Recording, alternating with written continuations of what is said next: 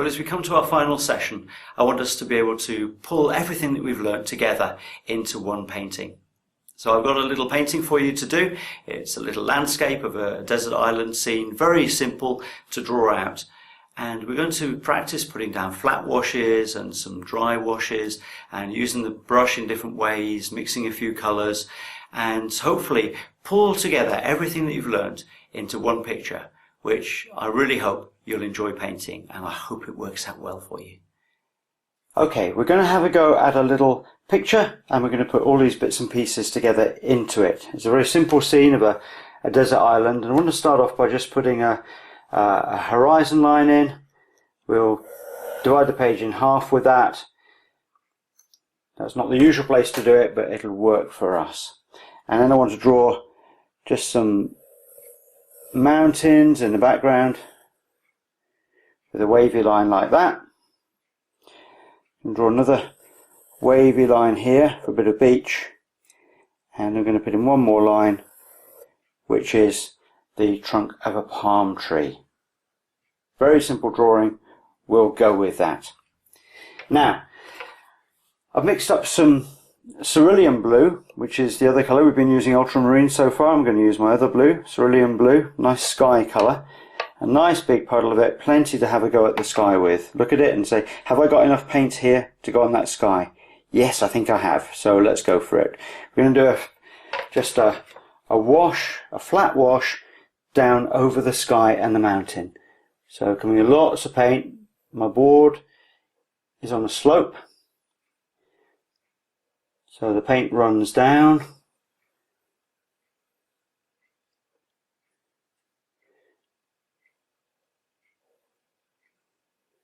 Pull the paint right the way across, just touching the bead at the bottom of the last brush stroke, that little puddle of paint. Just pick it up and pull it down the page. Just let it run down, let it do its own thing. We're going to go right down to the bottom here, going right over the mountains, right over the palm tree. That'll be fine, we'll be able to work with that. Painting it fairly light so that we can paint on top of it. And anyway, you need the sky to be fairly light. Okay, now let's have a look at this. Gone a little bit into the sea at the bottom there, so I've just dried my brush off and just going to lift that off a little bit, lighten that down. We're going to put a darker sea on top anyway, so that won't notice too much. Okay, there we go. That's the first part. Let's let that dry. Now I'm going to mix up a little bit of a purpley colour for the mountains at the back, so I'm going to use the ultramarine blue I've got and a little bit here of cadmium red. That's the bright postbox colour red, and you're going to mix in a bit of that to make up a sort of a dull purpley colour. Mix up a little bit more because there's not been enough to cover the mountains with.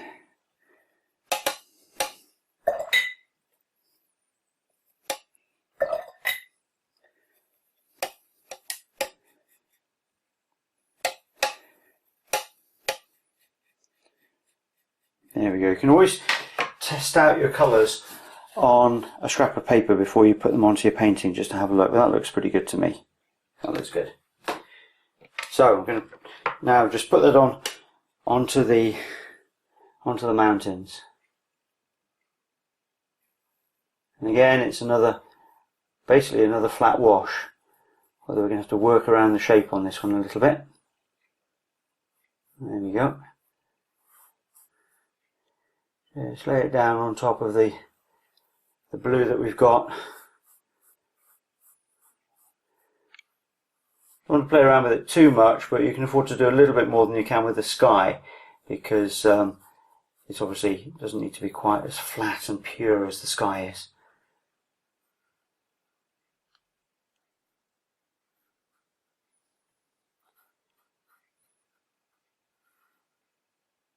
There, and that'll give us a lovely mountain range in the background.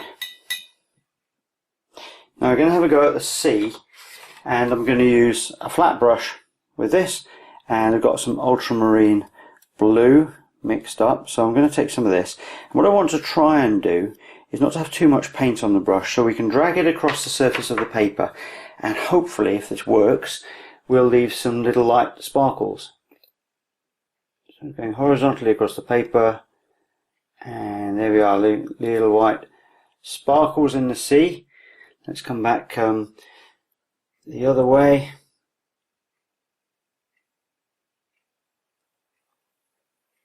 I'm just dragging a fairly dry brush across the paper there.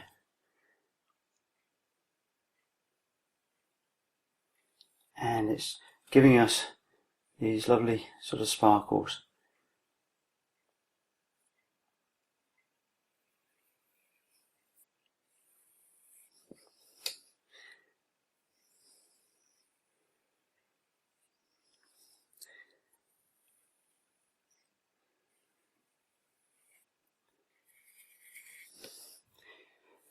There we go. It looks a little bit too sparkly up at the top there, so I'm just going to come in and just run over that one again.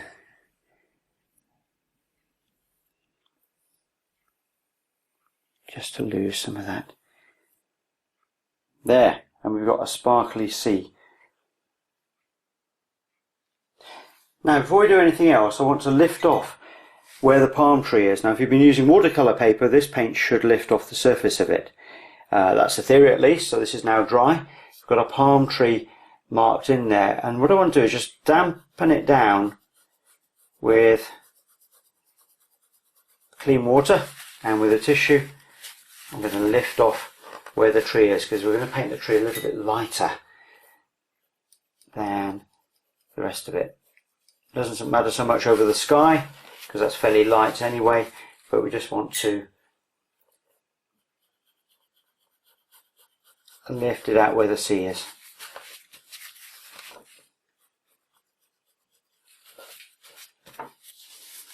There we go. Palm tree appearing. And then where that palm tree is, we want to paint with some yellow ochre or raw sienna for the trunk. Mix a bit of that. We don't want it too wet, but we do want it fairly strong in colour. And we're just going to paint that in. Controlled brush.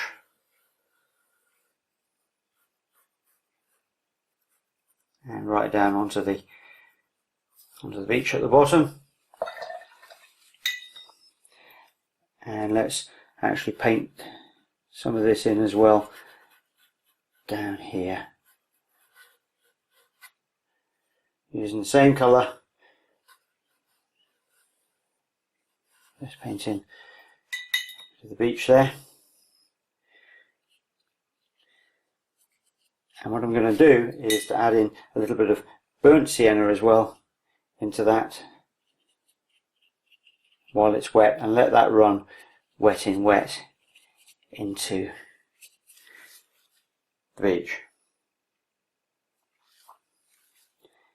Might just run a little bit of that as well up the underside of the palm tree as well, just to make that a little bit more 3D looking. Just blend in there and put some little marks across.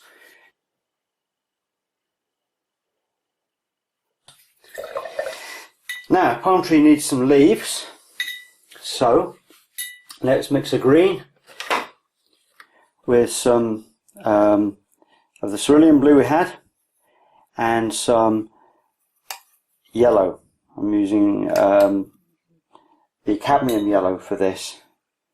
I just want a nice light green colour. And we're going to paint in some of the leaves on the tree. They tend to kind of fall down into the sea. I've got big fronds coming off them.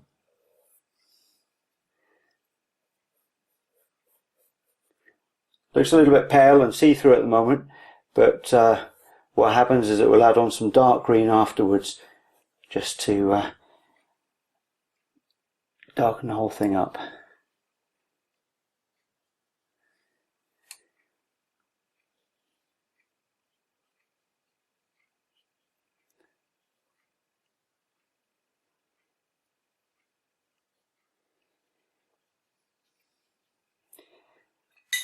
And often these trees have browny bits coming down as well. We've got some yellow ochre bits hanging down where the dead ones are. Now we're going to make up a different green with the ultramarine blue and the green that we've already got. Make it into a darker green, add that deep blue into it, make it a bit thicker as well. There we go, lovely dark green. And we're going to paint a bit more detail on top of the leaves here.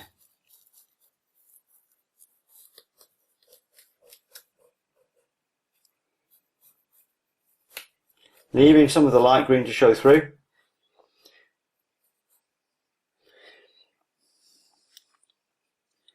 I'm just using sort of flicks of the brush. You can see I'm not holding it right down the end. I'm letting it go loose for painting foliage. We want it nice and loose, not too contrived.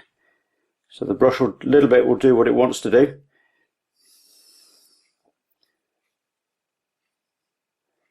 That's perfectly alright.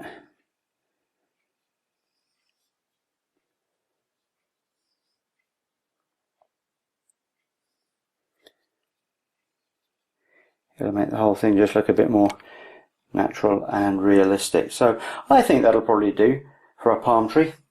The other thing I want to do now with the same green is want to just put in a little bit of foliage at the bottom. So I'm holding the brush right at the end there and just want to flick in a few little grasses and bits and pieces that might be growing on the island, on the sea shore there. Just a few little bits and pieces just to tie it in, put a few bits around the base of the palm tree as well. Just flicking in the bits of grass with the edge of the brush. And I think there we are. That's a little painting which has used quite a number of the techniques that we've used together. We've got flat washes, we've got wet in wet, we've got lifting off, we've got dry brush, and we've got little flicky marks with the brush and uncontrolled foliage going on in there.